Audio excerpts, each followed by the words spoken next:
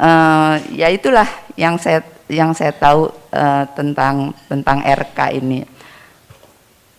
Saya rasa saya nggak akan berpanjang lebar. Sambutan saya ini mudah-mudahan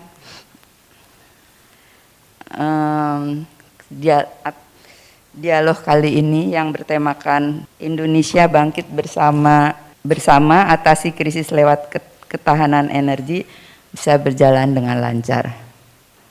Wassalamualaikum warahmatullahi wabarakatuh.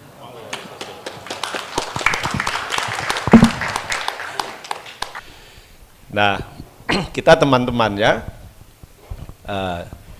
sepakat Pak Ape tidak ada, tapi ide-idenya harus kita terus hidupkan, karena saya kira apa yang dipikirkan Pak Ape juga adalah concern kita bersama. Nah, hari ini kita akan memulai diskusi, kita namakan Ape Dialog, jadi ini memang Arifin Panigoro Dialog lah. Gitu ya, ini nanti akan banyak membahas masalah-masalah kebangsaan, dan hari ini kita akan bahas mengenai energi. Kebetulan ini yang ditulis oleh beliau di dalam buku yang judul bukunya Yang Terhormat Bapak Presiden tahun 2014 menjelang Pilpres 2014. Waktu itu ini ada banyak tulisan mulai dari isu HAM sampai energi, yang memang kita harapkan waktu itu menjadi perdebatan di dalam pemilu, termasuk juga ini kayak message bagi presiden yang akan datang. Nah, Pak Ape termasuk yang menulis bagian energi, selain Ibu Tri Mumpuni, sama juga ada siapa lagi, ada beberapa lagi ya. Nah, jadi RK saya kira akan menulis lagi buku yang akan datang dengan visi yang berbeda, nanti milenial yang akan menulis supaya ini. Nah, malam ini kita akan bicara masalah energi. Kebetulan memang dunia sedang mengalami masalah energi. Ini dunia sekarang mengalami deflasi, pertumbuhan rendah, inflasi tinggi, dipicu oleh dua hal, yaitu pangan dan energi. Saya ini diminta tolong sama Pak Teten, gimana kalau bicara sedikit mengenai transisi energi, begitu Pak ya? Ya. Ya. Nah, kalau kita bicara transisi energi, kebetulan ya, saya sama Pak Ape almarhum tahun 2019, Pak Arifin bilang sama saya, Mi, kita harus set nih strategi perusahaan buat 20 tahun ke depan. Tapi kita nggak tahu what's gonna happen 5 years, 10 years, 15 years down the road. Kita harus kerja keras menuju ke situ. Dan menurut saya ada 4 hal yang harus dikerjakan. Ini sebagai pembuka diskusi aja. Nomor 1, new and renewable energy harus terus dikembangkan. Sesuai dengan keekonomiannya. Karena kalau nggak ekonomis, nggak sustainable. Ya. Itu nomor 1. Nomor 2, penelitian buat energi yang baru harus terus dikerjakan. Siapa tahu satu hari ada breakthrough, hidrogen bisa diproduksi dengan sangat murah. Then we will be in different business. Nomor 3 yang tidak kalah pentingnya, karena kita banyak sekali coal fire power plant sama gas, kita capture CO2-nya, kita injeksikan ke dalam depleted reservoir supaya hidup PLTGU dan PLTG ini bisa diperpanjang tanpa menghasilkan polusi. Dan last but not least, saya kira kita jangan melupakan energi baru seperti nuklir. Because they are very powerful dan emisinya rendah. Mungkin itu pembuka diskusi. Terima kasih. Assalamualaikum warahmatullahi wabarakatuh. Terima kasih Pak Helmi. Saya menyambung ya sebenarnya dari Pak sampaikan. Tapi yang saya streskan adalah bagaimana kita tidak kehilangan momen panjang ini, transisi ini, kita bisa menumbuhkan kemandirian kita, Pak. Acap kali kita menerima teknologi, menerima kemajuan, tapi kita menikmati sebagai konsumen. Bagaimana kita meletakkan landasan itu. Nah, kalau menurut saya itu start dari satu yang mungkin kita sering lupa. Kalau menurut saya itu apa? Dalam dua kata adalah politik teknologi, Pak. Kita nggak terlalu mendalami hal itu. Kita bisa melakukan teknologi apa, bikin pesawat apa, tapi ini tantangannya kita akan dimakan oleh Airbus atau Boeing setelah sekian puluh tahun hidup. Dan kita nggak punya ground di situ, Pak, grab di situ. Jadi apa yang perlu kita pikirkan lebih mendalam? Menurut saya kita perlu lihat diri kita sendiri, kekuatan kita apa. Ibu bapak sekalian, kekuatan kita adalah yang jelas dan kita punyai adalah kita negara maritim terbesar di dunia. Kita lihat sedikit ke Inggris saja, itu negara yang tidak terlalu besar maritimnya, tapi kuat sekali di bidang maritimnya, punya robot, punya apa sampai ke dalam subsurface di subsea ya di sana. Kita negara air Jelegu. Kalau saya di luar itu ditanya itu pertanyaannya itu moderator Pak yang dari orang-orang sana itu Western itu tanya, negara kamu itu sangat sulit archipelago. Saya juga tersentak karena negara mereka nggak seperti itu. Jadi itu it's very complex bagi mereka. Tapi itu juga sekaligus sebagai opportunity kita bahwa kita harus bagaimana dengan negara seperti itu. Sebenarnya kita punya sejarah, Pak. Tapi kita somehow missing sejarah kekuatan kita itu. Bahwa dulu kita pernah memang punya teknologi itu. Kami itu sebenarnya adalah lembaga nirlaba yang bertindak sebagai Strategic Communications Hub dan mendukung gerakan masyarakat sipil yang ingin yang mendorong agenda transisi energi di Indonesia. Jadi mungkin saya bisa bicara banyak dari perspektif masyarakat sipil dan kami juga banyak melakukan kegiatan dan penelitian dengan mereka yang di bracket usia 17-35. Ya, benar kan Gen Z dan milenial kan berarti ya. Jadi saya ingin menyampaikan mungkin perspektifnya mereka di sini. Salah satu hal yang kami lakukan ada dengan Mas Burhan dari Indikator.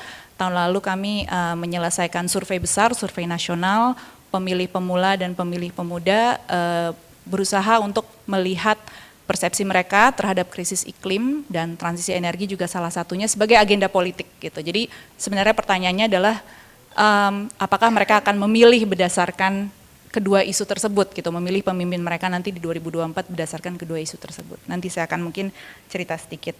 Melihat dari segi teknologi, ya alhamdulillah ada Pak Tutuko di sini, ada Prof. Tutuko. Saya sepakat Pak, bahwa you name it gitu loh. Kita tuh banyak orang-orang cerdas segala macam gitu. Tapi harus diakui, kita tuh sangat lemah di riset dasar. Apapun, sehebat apapun yang kita punya, ternyata prinsipalnya masih dipegang sama yang punya paten atau punya apapun, sehingga kita menjadi bangsa yang miskin. Karena apa harus tidak bisa bebas, harus masih bayar di sana. That's really draining our resources gitu ya. Itu yang pertama. Jadi kita tidak pernah berani invest cukup besar di riset dasar, yang itu sebetulnya merupakan sesuatu yang sangat fundamental untuk bangsa ini menjadi hebat. Energi kita, kebutuhan energi kita akan tetap tumbuh dan masih besar. Belum ada peaknya ya, kita melihat ke depan 2060 kayaknya masih gini terus. BPPT ngelihatnya masih gini terus, emisi kita masih gini terus gitu. Nah, saya hanya berharap gitu ya, ada alokasi ya, di mana pertumbuhan energi itu sebagian diberikan kepada kegiatan yang tenaga surya. 25 tahun yang lalu saya masih di perbankan, saya masih baru diangkat jadi Vice President di salah satu bank asing. Saya menghadiri sebuah conference mengenai renewable energy, mengenai green energy. Saya masih ingat di Manila waktu itu. Dan waktu itu para pesertanya, pembicaranya mengatakan, oh Indonesia has the biggest renewable energy potential in the world. Mereka mengatakan gitu. 25 tahun berselang, hari ini Indonesia still has the biggest renewable energy potential in the world. Artinya apa? Kita jalan di tempat. Nah kalau di jalan di tempat 25 tahun, saya mempertimbangkan itu, saya consider itu justru jalan mundur. Tuh. Banyak potensi yang kita miliki, banyak sekarang resources tadi sampaikan, geothermal ada di mana-mana, memang banyak tidak termanfaatkan. Ya memang kalau lihat dari segi jangkauan, biasanya ada di remote areas, infrastruktur belum ada. Ya upfront investmentnya tinggi sekali. Jadi kalau itu dibandingkan hari ini dengan coal sangat murah. Sehingga ya kenapa tidak. Dan apalagi kita punya coal yang berlimpah di negara ini. Jadi itu mungkin suatu pertimbangan dan saya rasa kita memang di satu pihak, saya bukan mengatakan bahwa I'm a proponent for fossil ya, tapi I'm realistic. I'm realistic karena sehari-hari itulah yang saya urus di Komisi 7. Saya setuju tadi dengan apa yang disampaikan oleh Pak Hilmi, saya kira secara simultan 4 elemennya harus berjalan. Renewable energy, fosil harus berjalan, carbon capture, dan new energy seperti nuklir. Nuklir sekarang saya kira tidak perlu bicara nuklir yang besar, saya kira yang sekarang ini modular sudah ada. Mulai dari 7 tahun yang lalu di Rumah Kebangsaan, waktu itu ada Erika juga.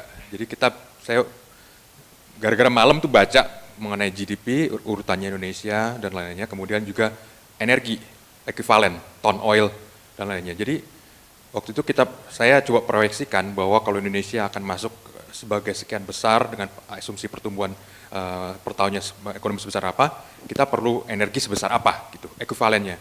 Ternyata angkanya harus melampaui konsumsi energinya Rusia saat itu.